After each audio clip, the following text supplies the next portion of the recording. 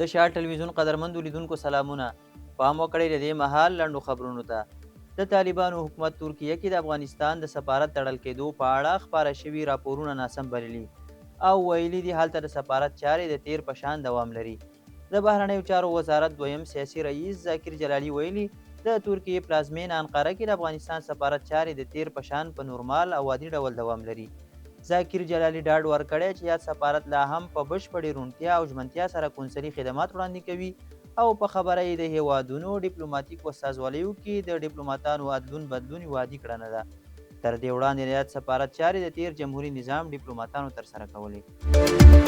د طالبانو حکومت ویان ذبیح الله مجاهد ویلي چې د بهرنیو چارو وزارت سیاسي مرستیال عباس تانکزی دوبۍ ته په رخصتۍ تللی دی.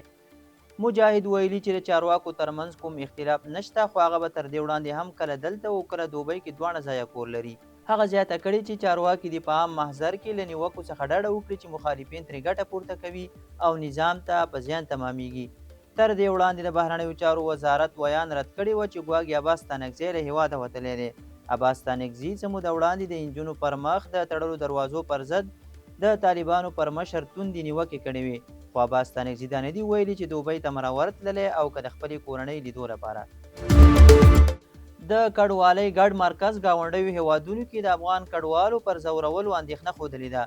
د کډوالۍ ګډ مرکز ویلي چې افغان کډوال په ایران، ترکیه او تاجکستان کې د نیولو او جبري اخراج د ګواښونو سربیره د یادو هیوادونو د دولتي چارواکو له تاوتریخوالي سره هم مخ دي. د کډوالو ملاتړې دغې ادارې په خپل راپور کې ویلي چې له تیرو 3 میاشتو راپدې خو افغان کډوال په ګاونډیو او د سیمې ځینو هیوادونو کې له زیاتو ستونزو سره مخ دي. یاد سازمان ویلي چې ترکیه کې له قانوني پروسې بشپړولو پرته افغان کډوال خپل هیواد ته شړل کیږي او ایران هم یاده لړۍ چټکه کړې ده. د امریکا ولسمشر د جرمونو په نړیواله محکمه بندیزونه ولګول. سپینه ماڼۍ وایي د متحده ایالتونو ولسمشر ډونالډ ټرمپ د یو فرمان په لاسلیک کولو سره د جرمونو په نړیواله محکمه بندیزونه ولګول. سپینه ماڼۍ وایي چې دغه بندیزونه د امریکا او اسرائیل په اړه د بې اساسه تحقیقاتو له کبله د جرمونو په نړیوالې محکمې باندې لګول شوي دي. د ټرمپ په نوي فرمان کې ویل شوي دي چې په هاګ کې دغې محکمې د اسرائیل د صدر اعظم بنیامین نتنیاهو د نیولو د حکم په صادرولو سره له خپل واک څخه ناوړه ګټه اخیستې او په داسې نامشروع او بې اساسه اقداماتو کې دخیله شوي چې امریکا او نږدې ملګري اسرائیل په نښه کوي. د دغو بندیزونو په اساس د جرمونو د نړیوالې محکمې د مقاماتو مامورینو د هغوی د کورنۍ د غړو او د هغو کسانو چې د محکمې په تحقیقاتو کې مرسته کړې شتمني کنګل کیږي او د سفر کولو بندیزونه پرې لګول کیږي. یا د محکمې د ټرمپ دغه بندیزونه رد کړي او غیر عادلانه تصمیم یې ګڼلی. ایران ویلي چې د اټومي وسلو جوړولو هڅه نه کوي. د ایران د دولتي تلویزیون د راپور له مخې د دغه هیواد ولسمشر مسعود پزشکیان د فبرورۍ په 8 نیټه ویلي چې جګړه د ایران په ګټه نه ده او دوی د اټومي وسلو جوړولو هڅه نه کوي. هغه زیاته کړې چې دا ډیر اسانه معلومولی شو چې آیا ایران اټومي وسلې جوړوي که نه. په تیرو وختونو کې څېړونکي پرته له ستونزو ایران ته راغلي او په راتلونکي کې هم راتللی شي. بل خو امریکا پر ایران د فشارونو ډیرولو څخه خبر ورکړی دی. علي خامنه‌ای ویلي له امریکا سره خبرې هوښیارانه او عزتمندانه نه دي. د ایران مذهبي مشر د ایران هوایي ځواک له قومندانانو سره د لیدنې پر مهال ویلي چې له امریکا سره خبرې نه هوښیاري ده، نه شرافت دی او نه هم د عقل پرېکړه ده او په وینا یې تجربو ښودلي چې له امریکا سره مذاکرات د ایران د ستونزو پر حل هیڅ اغیز نه لري. علي خامنه‌ای نن د جمعې په ورځ د ایران پوځ د هوایي ځواک له قومندانانو سره د کتنې پر مهال وویل چې دا فکر دې نه کوي چې کله امریکا سره د خبرو میز ته کینو د ایران ستونزې به حل شي. نوموړي زیاته کړه چې تجربو په ډاګه کړې چې هیڅ ستونزه له امریکا سره د مذاکراتو له لارې نه ده حل شوې. اسرائیل له خپل پوځ څخه غوښتي چې له غزې څخه د فلسطینیانو د وتلو لپاره پلان چمتو کړي.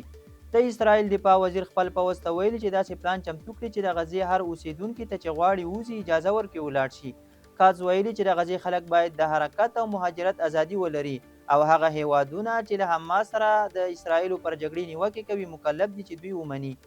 بل خوا فلسطیني مشرانو او عربي هیوادونو دا پلان رد کړی او ویلي دي چې د غزې خلکو جبري بې ځایه کول به له نړیوال قانون سرغړونه وي. دا له هغه وروسته چې د امریکا ولسمشر وړاندیز وکړ چې هیواد یې کولی شي غزه ونیسي او 2.1 میلیون فلسطیني وګړي بل ځای کې میشت کړي. د روسیې بهرنیو چارو وزارت ویلي چې له غزې د فلسطینیانو ویستل به په منځني ختیځ کې تاوتریخوالی لا پسې زیات کړي. د یاد وزارت په وینا د امریکا لخوا د دې سیمې د ملکیت د ترلاسه کولو په اړه د ډونالډ ټرمپ څرګندونې ټکان ورکوونکي دي او دا کار به په منځني ختیځ کې تاوتریخوالی لا پسې زیات کړي.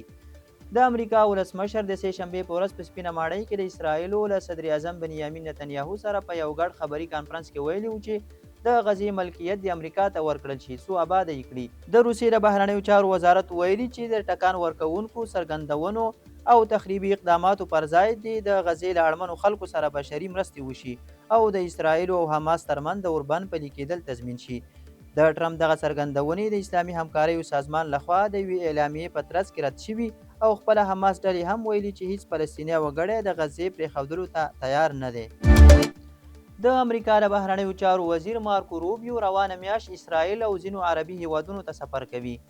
د رویټرز خبري اجانس د راپور له مخې روبیو له غزې د فلسطینیانو د بې ځایه کولو په تړاو د امریکا د ولسمشر ډونالډ ټرمپ تر وړاندیز وروسته منځني ختیځ ته دغه سفر کوي. رویټرز د امریکا په بهرنیو چارو وزارت کې د یوه لوړپوړي چارواکي په حواله لیکلي چې روبیو به د فبرورۍ له 14 تر 18 د مونیخ تر امنیتي غونډې وروسته اسرائیل، متحده عربي امارات او قطر او سعودي عربستان ته سفر وکړي. د انګلستان کرکټ بورډ مشر ریچارډ ټامسن وایي لوبډله به د اتلانو جام په راتلونکو سیالیو کې د افغانستان پر وړاندې ولوبیږي.